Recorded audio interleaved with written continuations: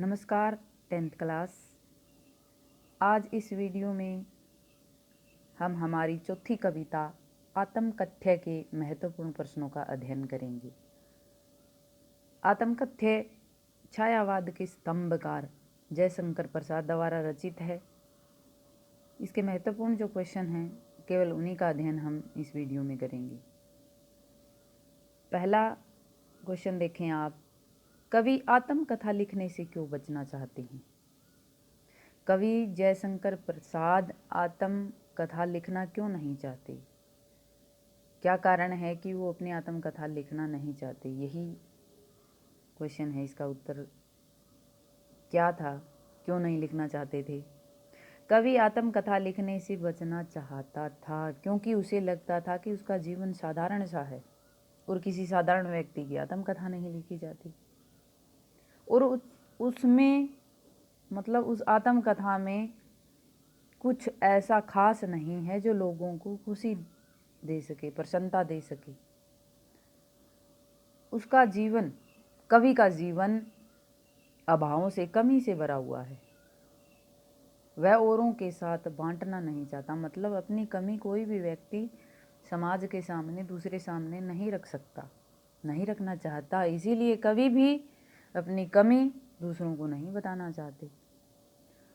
उसके जीवन में किसी के प्रति कोमल भाव अवश्य था जिसे वह किसी को बताना नहीं चाहता था। कोमल भाव का यहाँ क्या अर्थ है? कवि के जीवन में कुछ पल प्रेम के भी आए थे।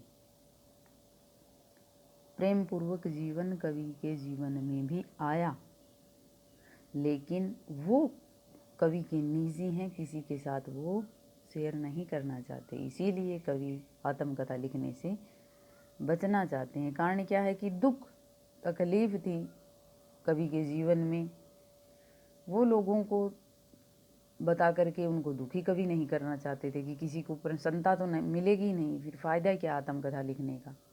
और अपनी कमी कभी बताना नहीं चाहते थे। और कुछ प्रेम भरे दिन कवि के जीवन में आए, वो कवि अपने निजी समझते हैं, किसी को बताना नहीं चाहते। इसीलिए कवि अपनी आत्मकथा लिखने से बचना चाहते हैं। दूसरा, आत्मकथा सुनाने के संदर्भ में अभी समय भी नहीं, ऐसा क्यों कहा? संदर्भ यानी कि बारे में। कवि ने एक पंक्ति में कहा है कि अभी समय भी नहीं है कि मैं मेरी आत्मकथा लिखूं।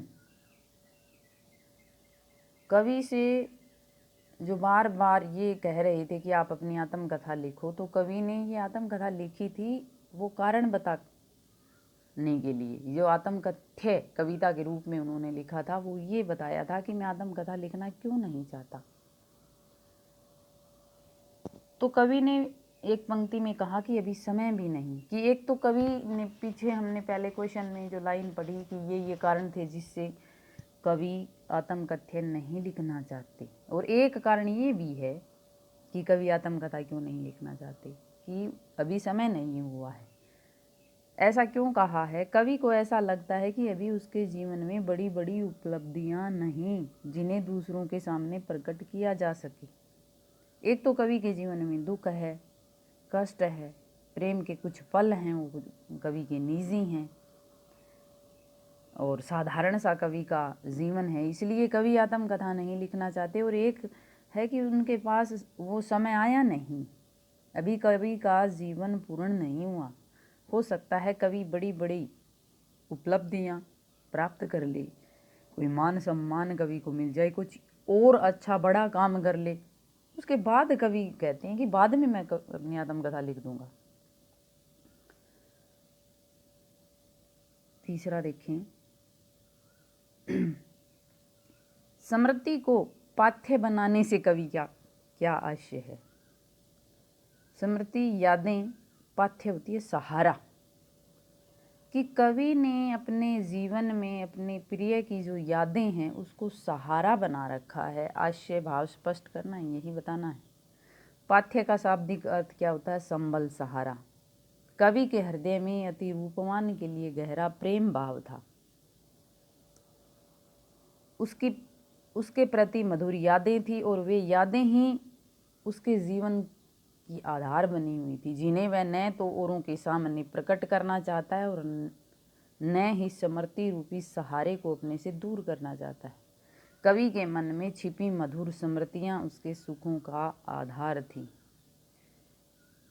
कवि क्या बताना चाह रहे हैं, इस क्वेश्चन के आंसर में क्या बताया गया है कि कवि के जीवन में कवि को आगे बढ़ने के लिए जो सहारा देने वाली चीज़ थी वो थी कवि के प्रिय की यादें। तो कवि ने क्या कहा कि वो यादें ही मेरा सहारा है जीवन में आगे बढ़ने के लिए। वो सुख के पल है जिसके कारण मैं जी रहा हूँ और जीवन में आगे बढ़ रहा हूँ। अगर मैं किसी को बता दूंगा तो मेरे पास फिर रह ही क्या जाएगा। इसीलिए कवि ने ये निजी बताए हैं और किसी को बताना नहीं चाहते। जयशंकर प्रसाद ने आत्मकथ्य नामक कविता की रचना क्यों की? अब आत्मकथा लिखने के तो लिए उन्होंने मना कर दिया और फिर आत्मकथ्य कविता लिखी, वो क्यों लिखी? तो मोटे रूप में इसका कारण क्या है, कवि ने क्यों लिखी थी, पहले उत्तर पढ़ लेते हैं, बाद में हम इसका निष्कर्ष पढ़ेंगे। मुंशी प्रेमचंद हंस नामक पत्रिका चलाया करते थे। मुंशी प्रेमचंद जो बड़े साहित्यकार, उनकी प्रसिद्ध पत्रिका थी हंस, और 1932 में उन्होंने एक आत्मकथा विशेषांक निकाला। आत्मकथा लिखने के लिए अपनी पत्रिका में एक विशेष अंक निकाला कि इसमें मैं प्रसिद्ध लोगों की आत्मकथा लिखूंगा। और प्रसाद जी के मित्रों ने आग्रह किया कि आप अपनी आत्मकथा लिखो और उस हंस पत्रिका में छापेंगे। पर प्रसाद जी को ऐसा करना उचित नहीं लगा, वे विनम्र थे। उन्होंने ऐसा कहा, उनको ऐसा लगता था कि ऐसा कुछ विशेष नहीं है मेरे जीवन में जो वाहवाही मिले कि मैं आत्मकथा लिख दूँ, कुछ खास उसमें है ही नहीं। लोगों को ना प्रसन्नता मिलेगी, ना कोई वाह करेंगे कि हाँ भाई जयशंकर प्रसाद तो ऐसे थे, उन्होंने ये कर दिया, उनके जीवन में ये आया। उनकी आत्मकथा न लिखने की इच्छा के कारण आत्मकथ्य की रचना की। अब बार बार वो उनके मित्र दबाव दे रहे थे तो कवि ने आत्मकथ्य नामक एक कविता लिखी, जिसे हंस पत्रिका आत्मकथा विशेषांक में छापा गया। कवि ने उन लोगों को बताया कि मैं आत्मकथा क्यों नहीं लिख रहा, मेरे जीवन में क्या कमी है, क्या प्रेम कितने की पल के लिए आया था और वो प्रेम के जो पल हैं वो मेरे जीवन में क्या मायने रखते हैं। जो ये कारण बताए थे कि मैं आत्मकथा नहीं लिखूंगा, उन्हीं कारणों को कविताबद्ध कवि ने किया था और वही आत्मकथ्य के रूप में हंस पत्रिका में छपी थी।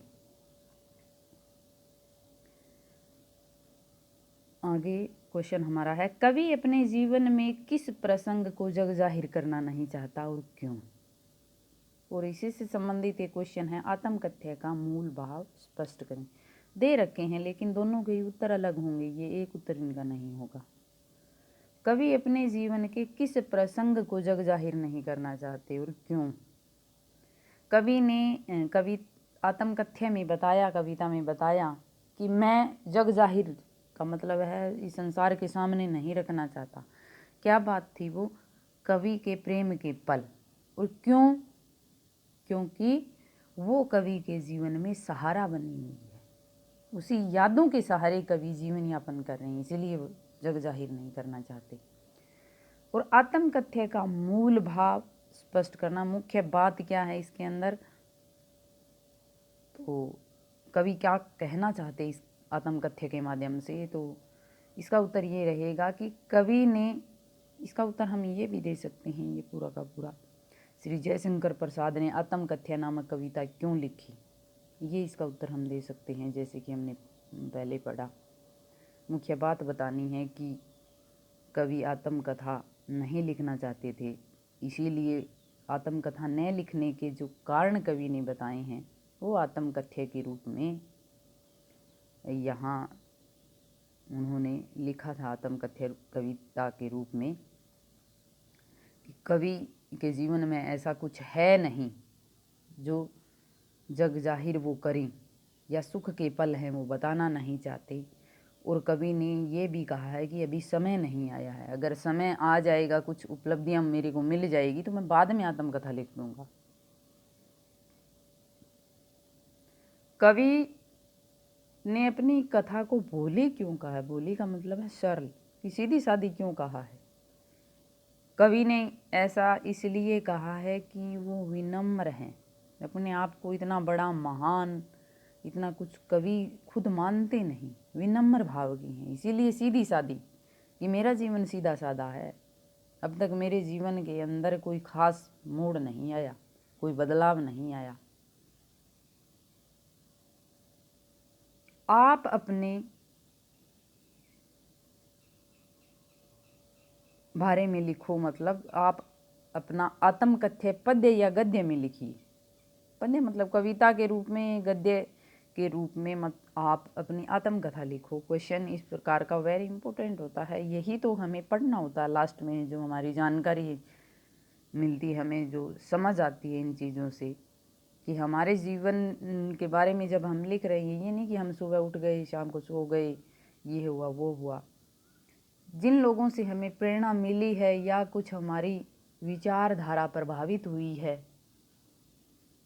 किसी लक्ष्य की प्राप्ति के लिए हम आगे बढ़ रहे हैं, किन चीज़ों से हम प्रभावित हो रहे हैं, क्या कुछ हो रहा है, वो चीज़ें होती है, उसको लेकर के आत्मकथा के रूप में हम लिखते हैं, अपने बारे में बताते हैं, घर परिवार के बारे में बताते हैं, क्या हालात हैं, अच्छे बुरे जो हमारे साथ घटित घटनाएं होती हैं, उसका वर्णन हम आत्मकथा के रूप में कर सकते हैं यहाँ पर। तो ये आपको अपने बारे में लिखना है तो आप खुद ही लिखोगे। आशा है कि आपको अच्छे से ये क्वेश्चन हैं ये समझ में आ गए होंगे। धन्यवाद।